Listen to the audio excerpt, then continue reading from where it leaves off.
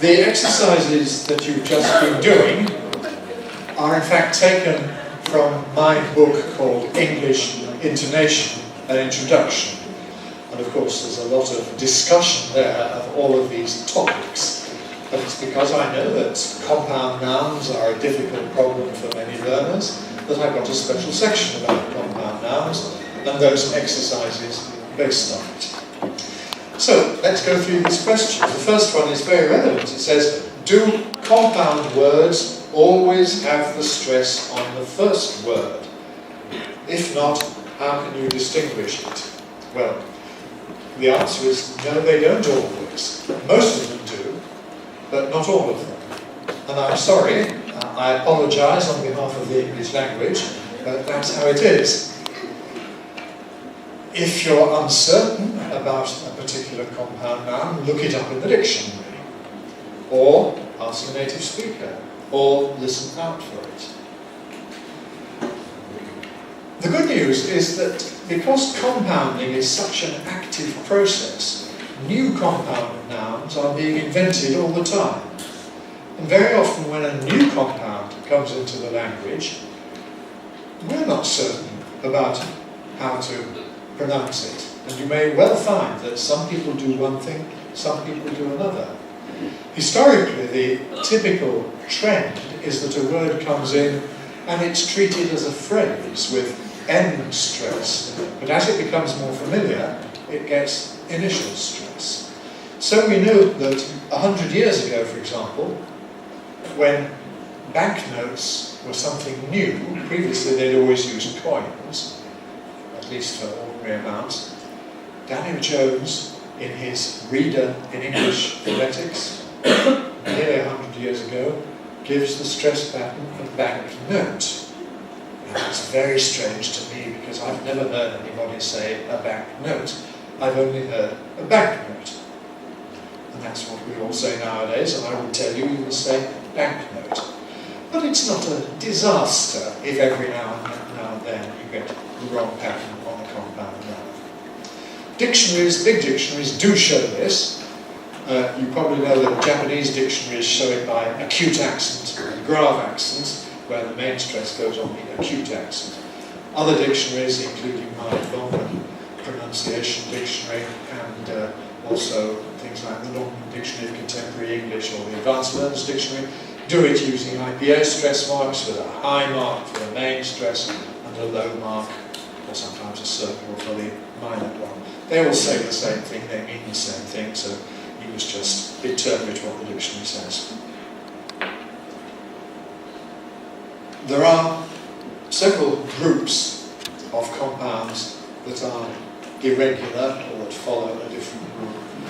Perhaps the most important set are those where the first word names a place or a time. So, for example, in the middle of many cities there is a city hall or a town hall, and that's pronounced as a phrase with the main stress on the hall. City hall, town hall. In your house you have various rooms and they have windows, and so you might look out through the kitchen window. The kitchen window, the kitchen names a place. The kitchen window has the end stress pattern, unlike most compounds. And likewise, you have dining room chairs, or a bedroom cabinet. Those are one subcategory to exception. Proper names, of course, are like this because they always name a place in the first element. So Camden Town in London has end stress, Camden Town. Valley Gardens, names of roads, Melrose Avenue, Edgware Road. In fact, the one that we practiced, Oxford Street, is the only one that is regular among names of streets and so on. Those with street have the regular compound pattern, Oxford Street. Other words for street are treated differently in Oxford Road, Oxford Avenue, Oxford Circus. I think that's enough of that for now. Look them up if you're not sure. There are some other questions essentially about the same issue. About Oxford Street library card, somebody asks, do you mean that the first element in a two-word word is to be stressed? Well, yes, if you call that a two-word word, that is what I was saying. In languages closely related to English, German, Dutch, Danish, Swedish, Norwegian, words like this, compound nouns, are written as one word.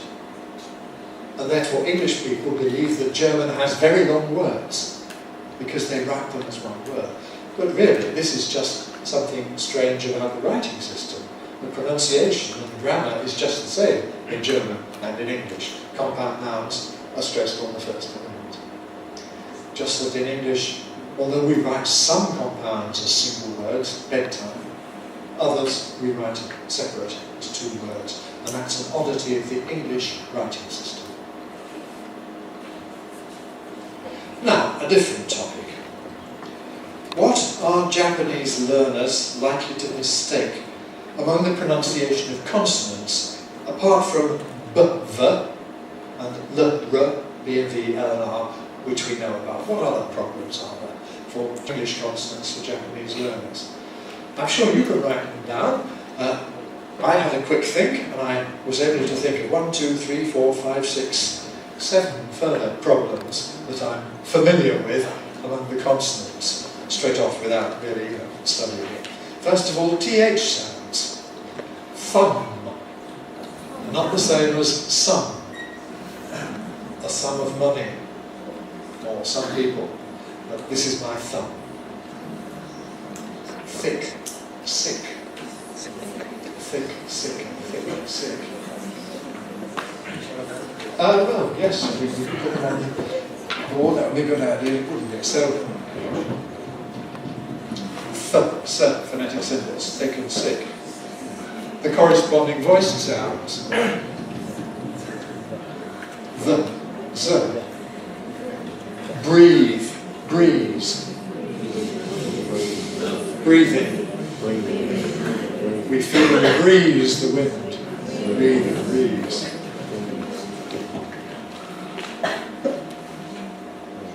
Minimal pair for this. Zen. Right, Zen and Zen. Buddhism, Zen Buddhism, Zen, different from then. I can't think that you actually get them confused in the phrase, but yeah, it's important to say the other and not the other. Where's your father, not where's your father. Your father or mother, not your father and mother. Z. D. Some credit cards used to buy cars. Cards.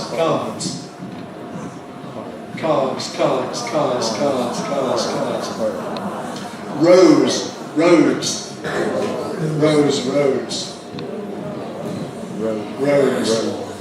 Or indeed other kinds of roads.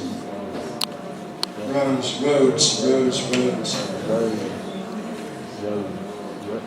Again, I think it's important to do ear training to learn to hear the difference, which is which, rows and rows. There are several sounds which are okay in some environments but not in others. So, sh, that's fine in so and show, but before e and I, some learners, beginners at any rate, have problems with s in saying words like I see, making it I she. Of course it's got to be see. And indeed there is a she and it's a different word. See and she. A chair is a kind of seat. On your bed you have a sheet. Seat and sheet.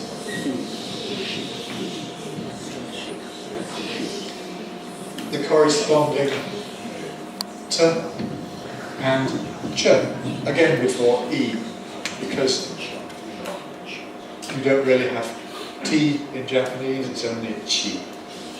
But I think here you can help yourself with loan words like a football team, which in Japanese you probably do say it's team if you make an effort rather than team. But anyhow, this means we've got cream teas and cream cheese. Teas, yes, like in Devon. You get tea, and several of them are teas, cream teas. There's a speciality in Devon and Cornwall, the southwest of England, where they serve you afternoon tea with special scones that have jam and also cream. We had it in Falklands, if you remember, didn't we? We had a cream tea. So several of these are cream teas. And there's also something called cream cheese. Teas and cheese are different things. Autumn and Masons. We can have afternoon tea. If you come to the summer course with me, we can have afternoon tea with Professor Wells. It's very expensive, I warn you.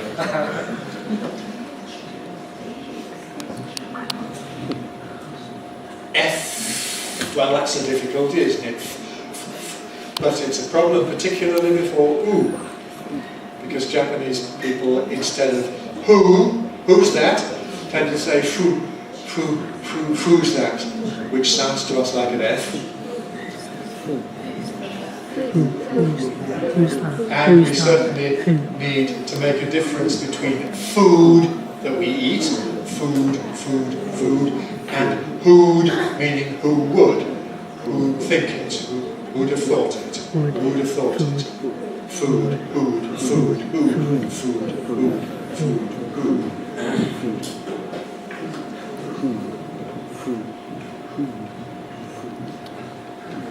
M and N, they're fine before vowels, M and N, but there's a problem after vowels, making an appropriate difference between rum, run, in English, which are three different words with different meanings. Rum is a drink. Rum. Run is to walk very fast. Run. Rung is on a ladder. The steps on a ladder are called the rungs. Run. So run. And likewise, whim. To do something on a whim, W-H-I-M, yes. Win, not lose, win. Wing, to fly with, wing. Win. Ran.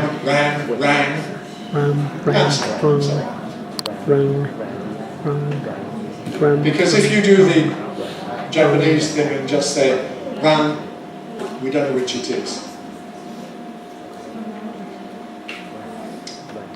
Yes, okay, that was my quick list out of my head of further problems beyond BV and R and L for Japanese learners. Next question reads, if I pronounced can as can, written K-A-N, do American people understand?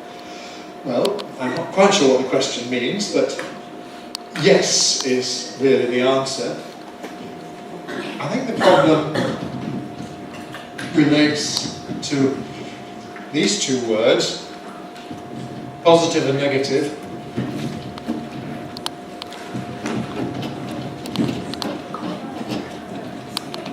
The rest.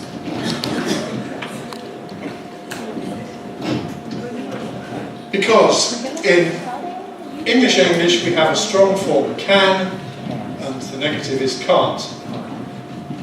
Now remember that can has this weak form, so that most of the time we pronounce it I can do it. I can imagine, I can think, I can talk Japanese, except I can't. We only use can, really, when it's marked positive. Can you or can't you? Yes, I can. No, I can't. The difficulty, of course, that's British English. The difficulty, perhaps, that we're thinking about here is that in American English, they have the same vowel. Americans have can and can't. Same vowel. Can you do it? Yes, I can. No, I can't. Yes, I can. No, I can't. And because American English gets this NT reduction, winter becomes winner, center becomes center. Therefore, I can't imagine becomes I can imagine. I can imagine. I can imagine what you mean. I can imagine what you mean. This means that it may be very difficult sometimes to recognize what Americans are saying, for us as well as for you. The key to remembering this is that American English also reduces the positive one to can. I can do it. I can do it. American English, I can do it. As against, I can't do it. So, I can do it, yes. Yes, I can do it. No, I can't do it. No, I can't do it. Yes, I can do it. No, I can't do it. In American English. In British English, yes, I can do it. Yes, I can do it. No, I can't do it. No, I can't do it. So that in context, usually we know what's what. I hope that's what this question was about. The next is from Yoko Murata, Faculty of Education. How can we get to understand the differences of consonants, for example, between light and right? Okay, you're back to consonants. That's a very good question because he says, how can we get to understand it? And that's understanding is hearing and perceiving. Well, through ear training. Why is it a problem? Because we all of us get our hearing habits fixed when we're very small, depending on the language we're surrounded by when we're very young. And European children who are surrounded by a language in which L and R are different learn to hear this difference, and it's just not a problem. We can always tell light or right, long or wrong. But if you're surrounded by Japanese, where this difference doesn't exist, there's no reason for a small child to learn to hear it. So later on, when you've grown up and your hearing is already fixed, it's a problem, and you don't know which is which. So the only way to solve this problem is by specifically practicing it. As we get older, you see, maturational processes mean that we lose the ability we had as small children. That's why it's so very important to send these children to kindergarten where the teacher speaks English, if it's a native speaker who makes the LR contrast. Those children, we hope, will learn to hear it with no problems. For those of you who are already too old for that, though, well, we have to do the best we can. And I think the best thing is to combine two things. One is theoretical understanding, differences in the place of the tongue in contact with the teeth ridge, alveolar ridge, air coming out of the side. This is for L, la la la la. And you can practice making an L, putting your tongue in the L position, and then sucking in. You should feel the cold at either side. Try that. With L.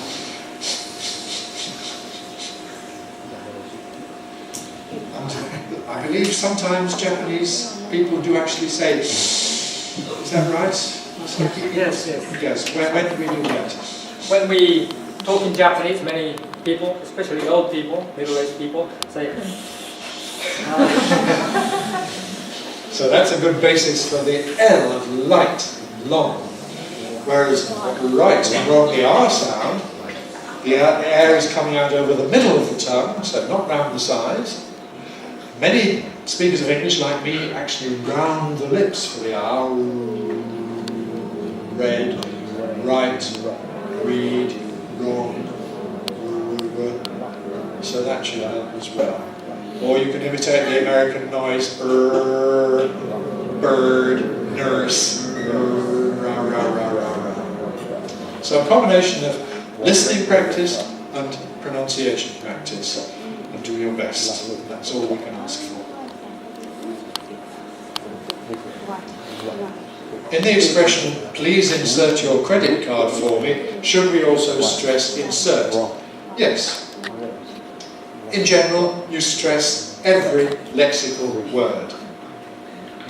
Every noun, adjective, every important word. But in connected speech, we do also have the option of reducing stresses. We don't have to stress every word, really.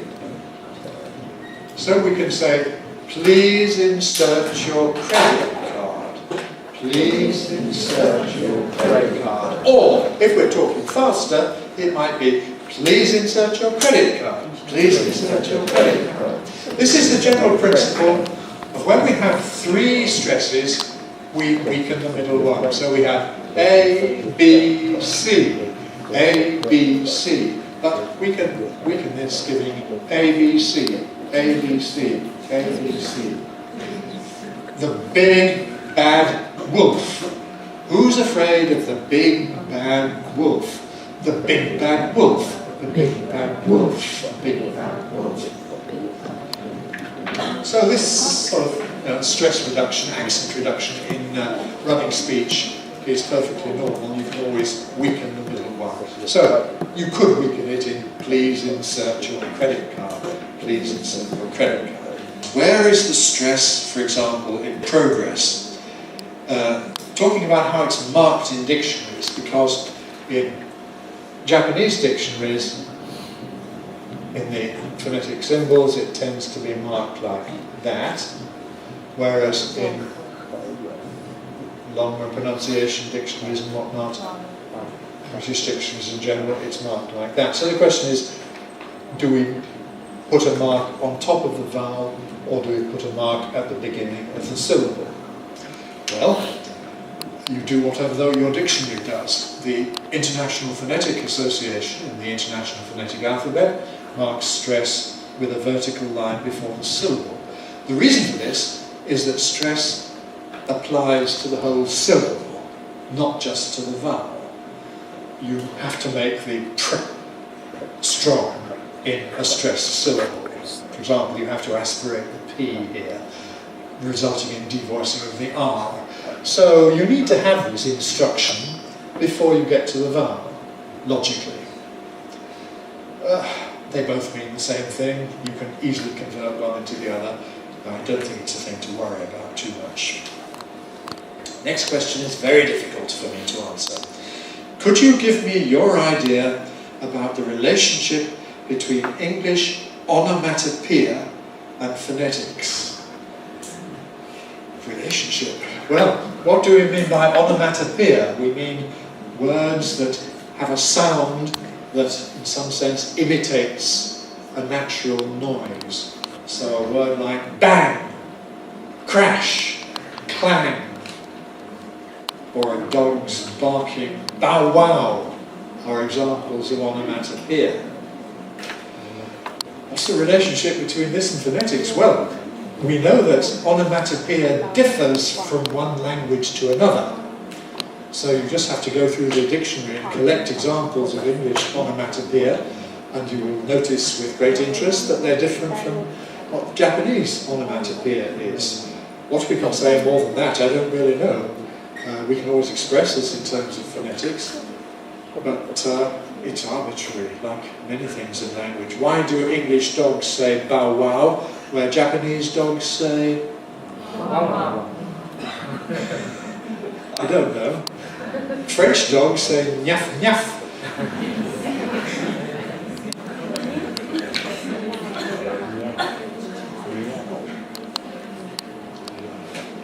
The next question, I wondered what it was going to be about, what it was going to be about. It says, can I question a little about private things? I'd like to know about your student life in university.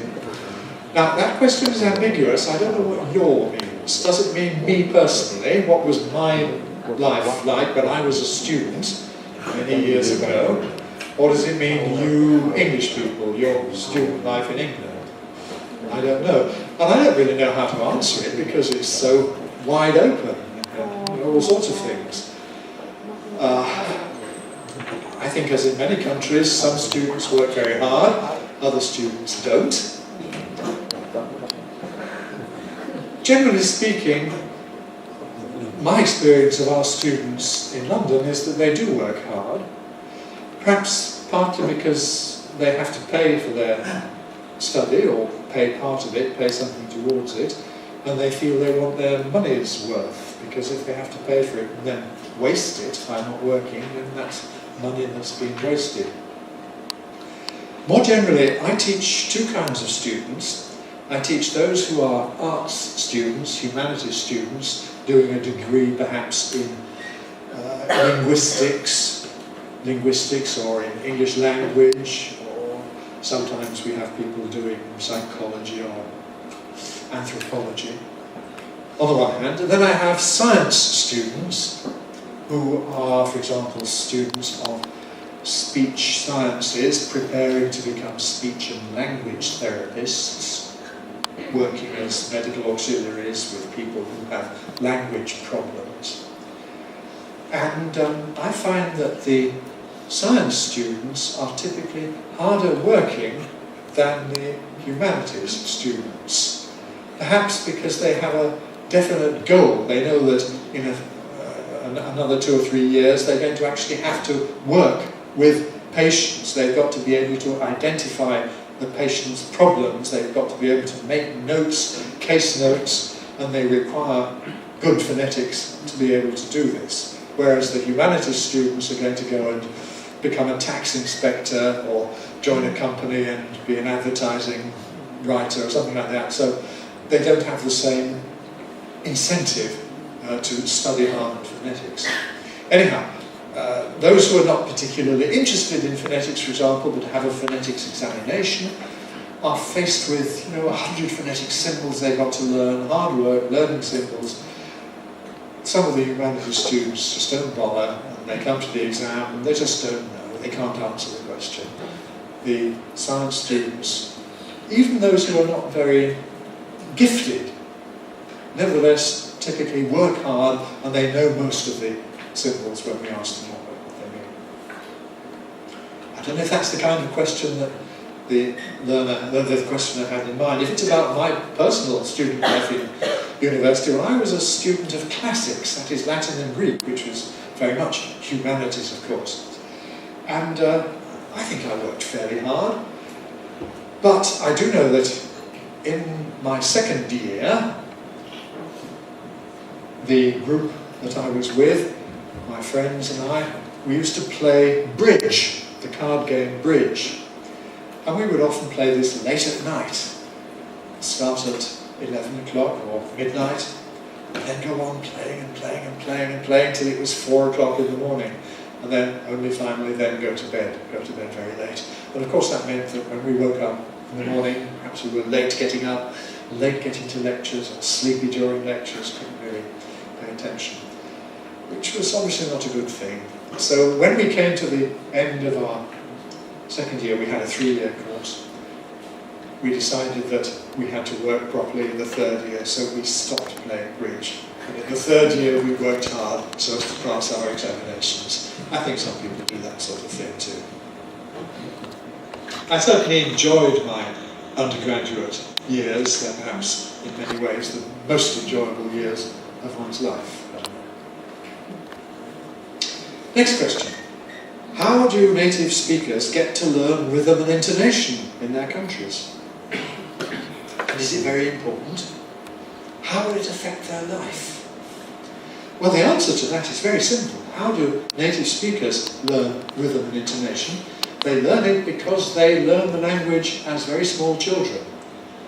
And parents with small children, I think perhaps in all countries, certainly in Britain and America, teach the children nursery rhymes. Nursery rhymes have very marked rhythm.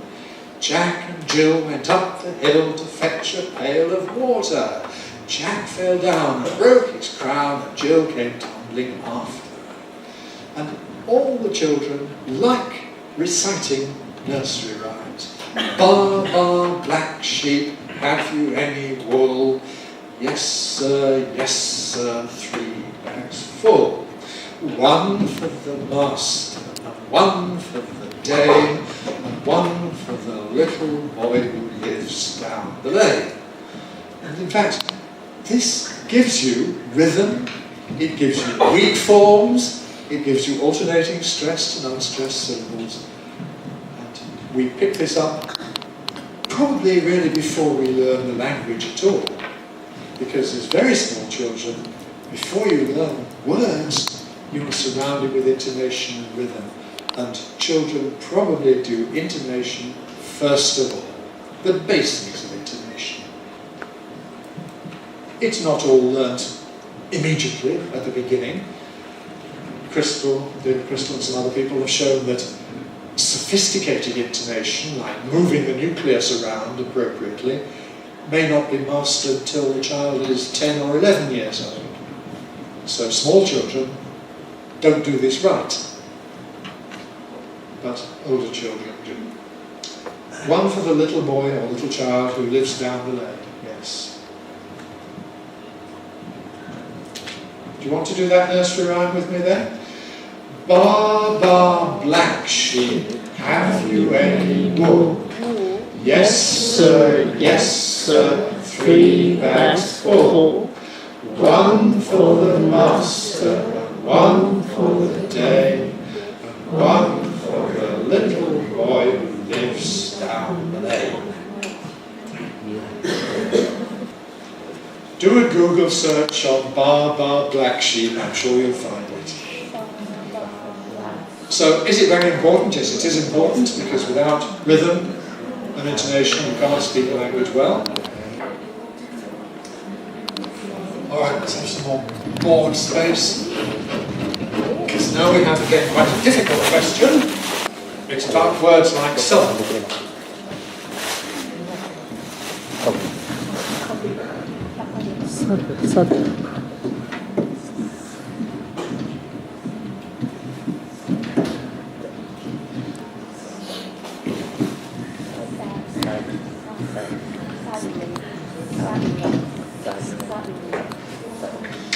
Okay, that is my dictionary entry in the Long Pronunciation Dictionary. And that is a shorthand way, an abbreviatory convention, to represent these two different pronunciations. Because where we see a raised schwa and an n, that means you can either say or you can say This means that I recommend just the The raised symbol is optional. So some people put it in, but we recommend you not to. In other words, we're recommending suddenly. And the difference is how the D gets to the N. If we go straight from D to N, now those of you who came to the lecture yesterday will recognise that this means we have nasal release. The tongue stays still, doesn't move, remains pressed against the alveolar ridge. The change is just like in midnight and goodness. The change is the soft palate that moves. Suddenly.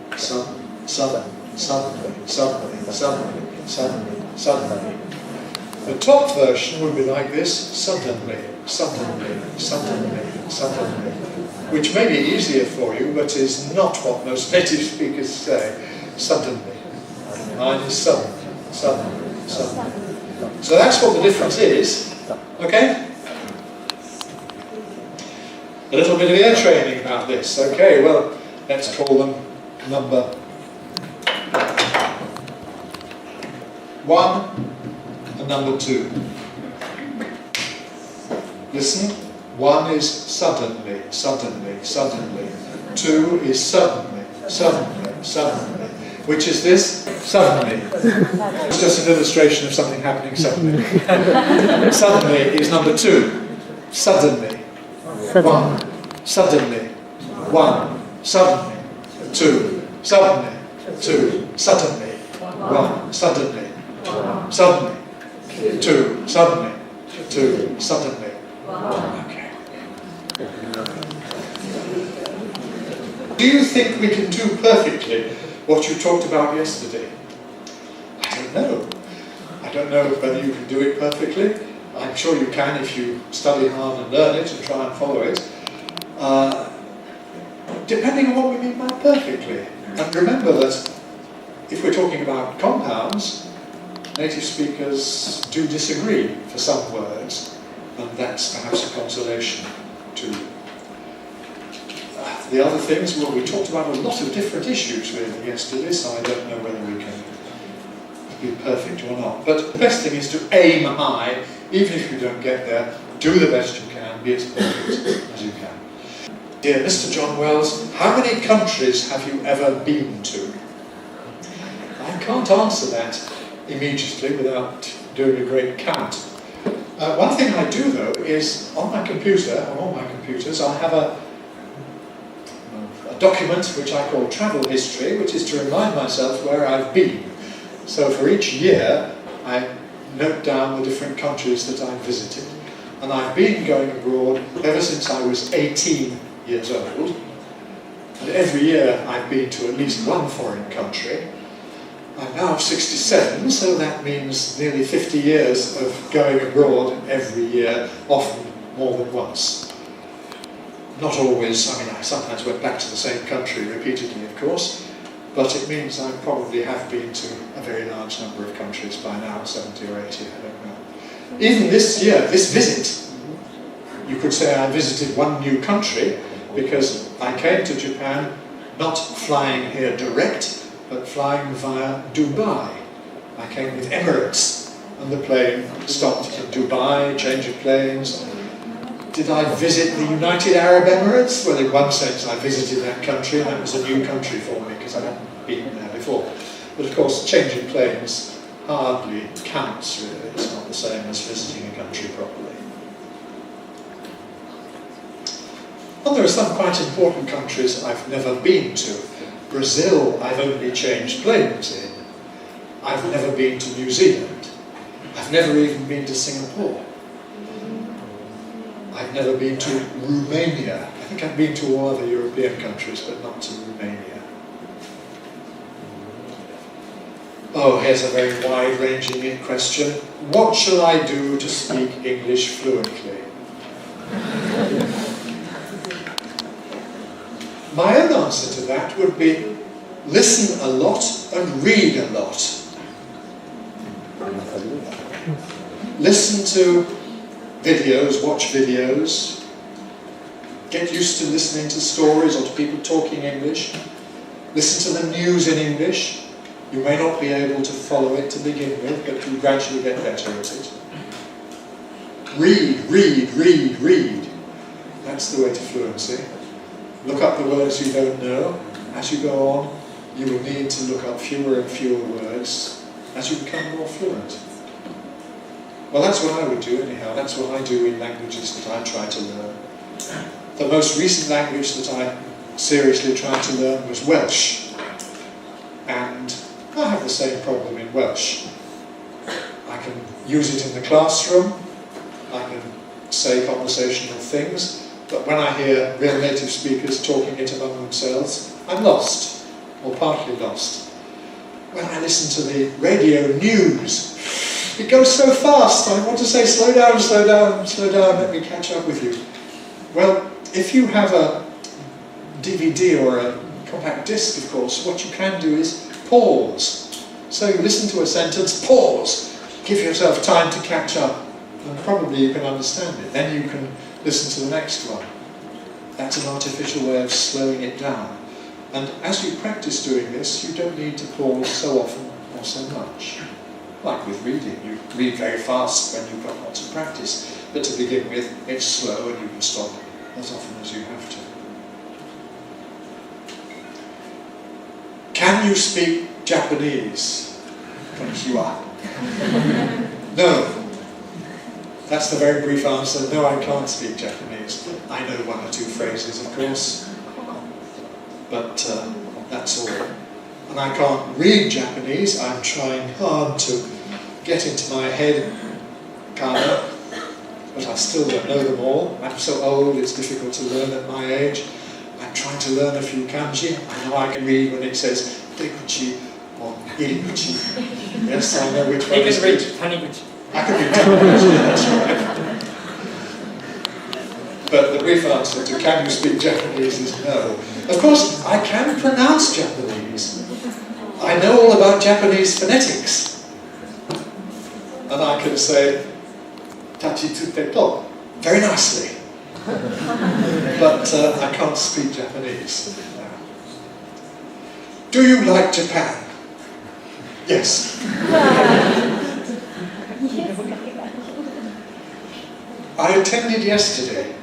I wonder if most of people whose mother tongue is English care about pronunciation when they talk with people whose mother tongue is not English.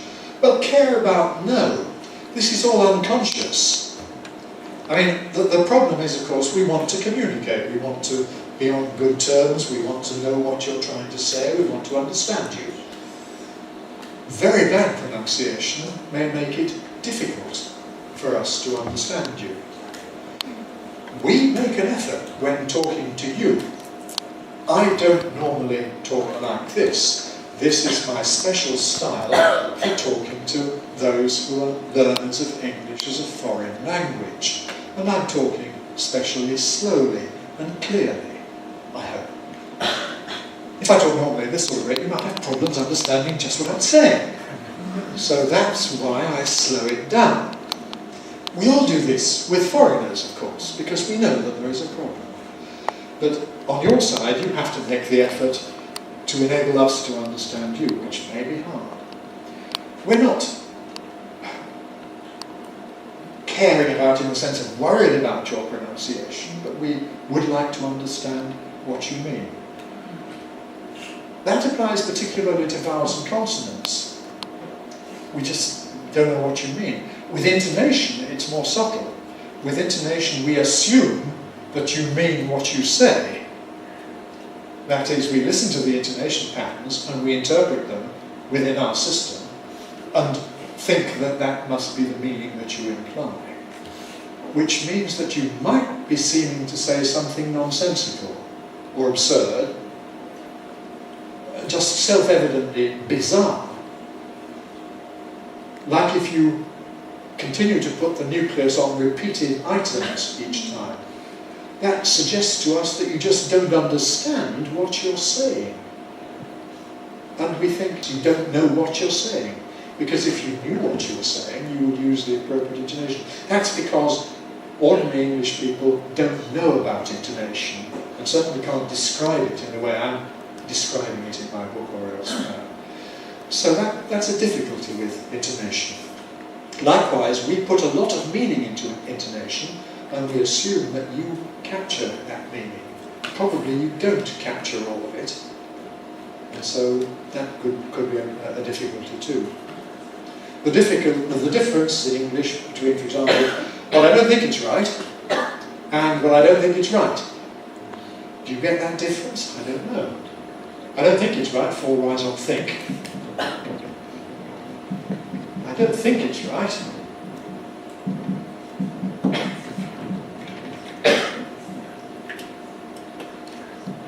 That's right on think, and I don't think it's right. I fall on right. I don't think it's right. I don't think it's right.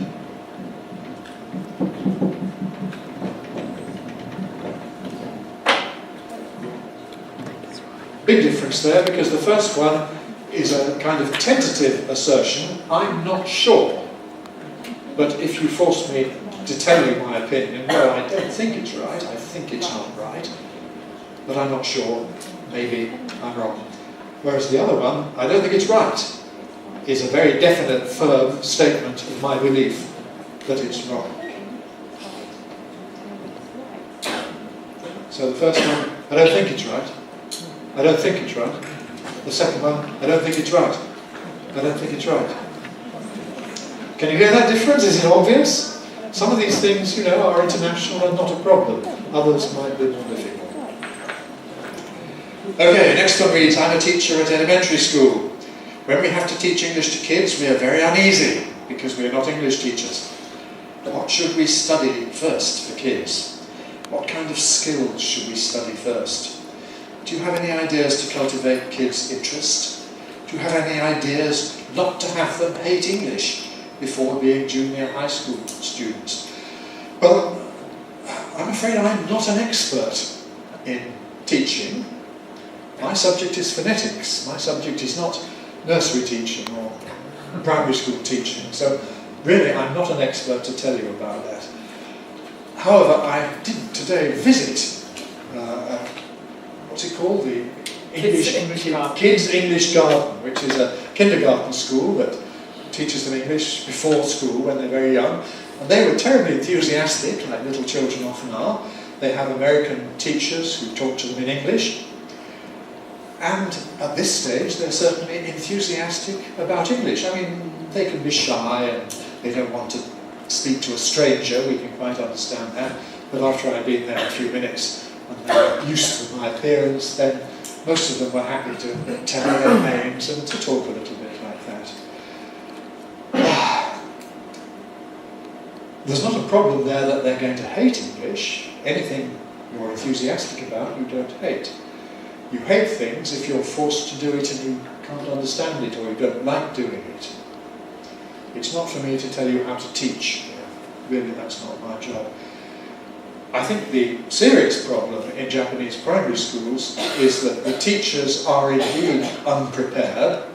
The teachers themselves are not confident about their knowledge of English, and probably rightly so, because they don't really know English very well. And so they feel embarrassed because they don't want to put their bad English in front of these children. And I can understand that. I don't know the answer, except more teacher training so that primary school teachers do know how to teach languages to small children and do have enough knowledge of English to do so.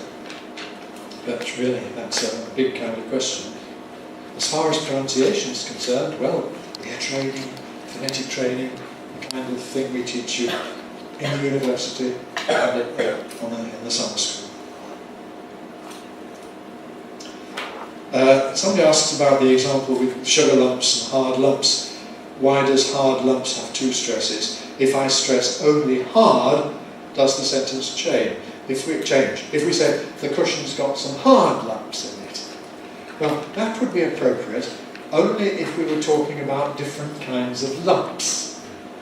If we want for some reason to analyse soft lumps and hard lumps, then this cushion has got hard lumps as well as soft lumps, this cushion's only got soft lumps. So, contrastively, you can emphasise anything. If there's no special contrast, then the nucleus of the intonation goes on the last lexical item. That's the basic rule, on the last lexical item. But on the lexical item, we must remember compounds. So, sugar lump on the sugar. Hard lumps, the last lexical item is lump. The paper's got some dirty marks on it. Again, the same question, what's the difference between secondary stress on dirty marks, low mark, high mark, and too high marks, dirty marks? And that's right. The difference basically is one of notation. If we're talking about a dictionary entry, lexical stress pattern, then we have only one major stress in any word or phrase to tell you where it goes. Once it's in context in a sentence, if it bears the nucleus, that means the same thing, but only the last one. In context, you can have lots of words as stressed, and the problem is now, do we show these as reduced stresses because they're not the nucleus, or do we show them all as major ones because each of them are word stressed? And that's really a matter of notation, which is irrelevant. What I do lexically is do low and high, but once we're talking about intonation of the sentence, of the whole thing, then really I'm only interested in the beginning and the end. Da-da-da-da-da-da-da. And I'm not terribly interested in the words in between, because I find that for most learners that is not a problem. They need to know where to put the first accent in the sentence and the last accent in the sentence. And those that come between can look after themselves. So that's what I do. And so I wouldn't worry too much about this question. A further thing from this same questioner, What about the difference between a washing machine and a walking dictionary? Somebody who knows a lot of words, you can call them a walking dictionary. Well, here we have the problem of words with ing at the end. Words with ing can have two different meanings, two different grammatical meanings. One of them is a noun and the other is an adjective. If I do the washing, you can see that washing is a noun. A washing machine is a machine for doing the washing. So washing machine is noun, noun, and this is a compound noun, therefore washing machine. Whereas a walking dictionary is a dictionary that walks, because it's a human being that you're saying is like a dictionary, but one that walks. So that's just adjective plus noun, and it's a walking dictionary. The example I've used in my lecture is the difference between running shoes and running water. Okay, running shoes are shoes for running in, special running shoes. I've brought my running shoes with me. Whereas running water means not standing water that is just in a container, but that comes from a tap, that the tap runs, so the water runs, it is running, this is an adjective, running water. So we say running water, but running shoes. Lots more examples of this. Next question, are any good tips on how to segment one syllable from the next? Segmenting syllables is a troublesome task for Japanese learners. Well, I think on the whole you can ignore this question. It has two different possible answers depending on whether we're talking about writing or about speech. If we're talking about writing, and the only reason that you need to segment syllables to syllabify or syllabicate the words, as we say, is if you have a long word and it's spread across two lines, you need to put a hyphen in it to break it with a hyphen. And that hyphen must go at an appropriate place. Well, many dictionaries put in dots in the spelling at the places where you can do this. But your word processor, if you have an English word processor, it can do it as well. So let it do it. You don't need to worry about this. If we're talking about speech, this is a different matter. And here I have to tell you that there are different opinions. And my opinion is rather different from that of most people. My opinion is what is expressed in the Long Pronunciation Dictionary, where I break the phonetic transcription up into pieces, spaces, where I believe the syllable boundaries are. And I have written an article, which you can track down if you wish, explaining the rationale behind all of this. Basically, it's a question of deciding the allophones at the syllable boundaries. If that makes sense to you, you know what I mean. Where do we get aspiration of T? Where do we get possible glottal stops of T and so on? We get aspiration at syllable beginning, we get glottal stops at syllable end. Therefore, any place we get aspiration must be the beginning of a syllable. Any place we get glottal stops must be the end of a syllable. And so on, working from that according to a rational approach. But this gives, for English, a syllable division based on maximizing the number of consonants in each stressed syllable. Whenever we have a consonant between two vowels, in my view, it will go towards the more strongly stressed syllable if it can do. So in a word like ready, I think that in English it's read in. Whereas for you, I'm sure it would seem more natural to think of it as read in.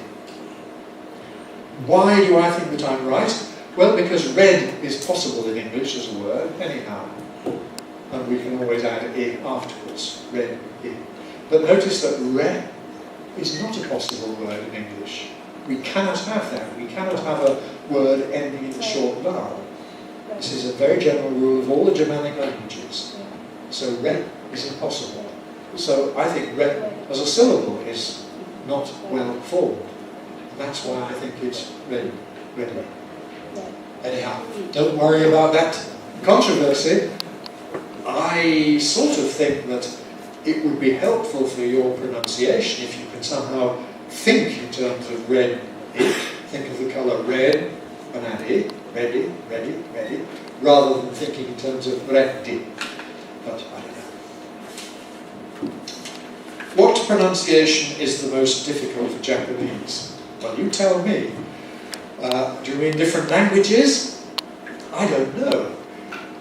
If you ask me for English people what is the most difficult language to pronounce, I think you could make a very good case for saying that French is the most difficult one for us, despite the fact that French is closely related to English, both Indo-European, geographically very close. Almost everything that could be different between French and English is different. English has aspiration, French has no aspiration. French TDN are dental, English TDN are alveolar. French has monophthongs, I, E, U, O. English has diphthongs, I, A, U, O. English has vowel reduction, banana. French doesn't, banana. And so on and so on. I think probably that's contrary to what you might believe. Japanese pronunciation is fairly easy for English learners. It doesn't have any major problems. I mean, we have to learn some new sounds, but yeah, that's true in any language.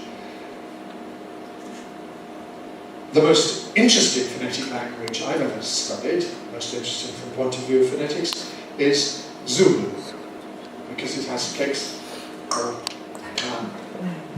and ejectives, ba, da, and implosives, or ba, and so on. Ejectives, implosives.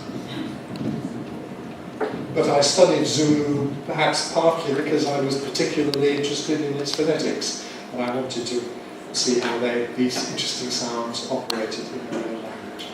Now, Masaki, we've come to 20 to 9, so I think we'd better stop at that. I'm sorry we haven't had time to answer everybody's questions, but thank you for your many, many questions. Thank you for your attention.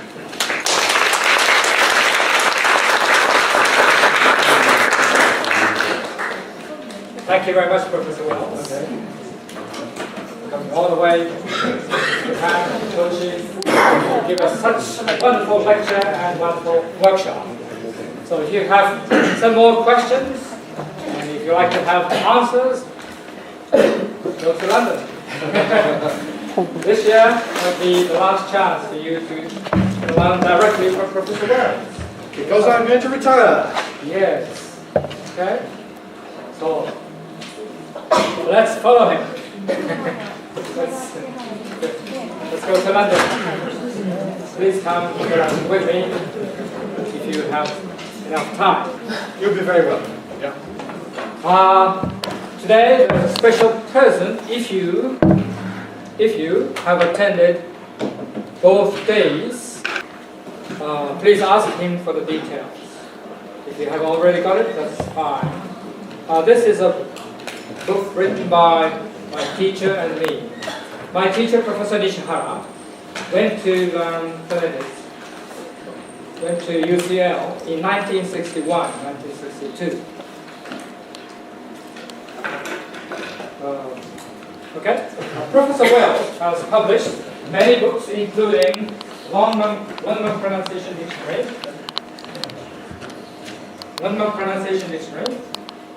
I'm sure you know about this, but please, get a copy.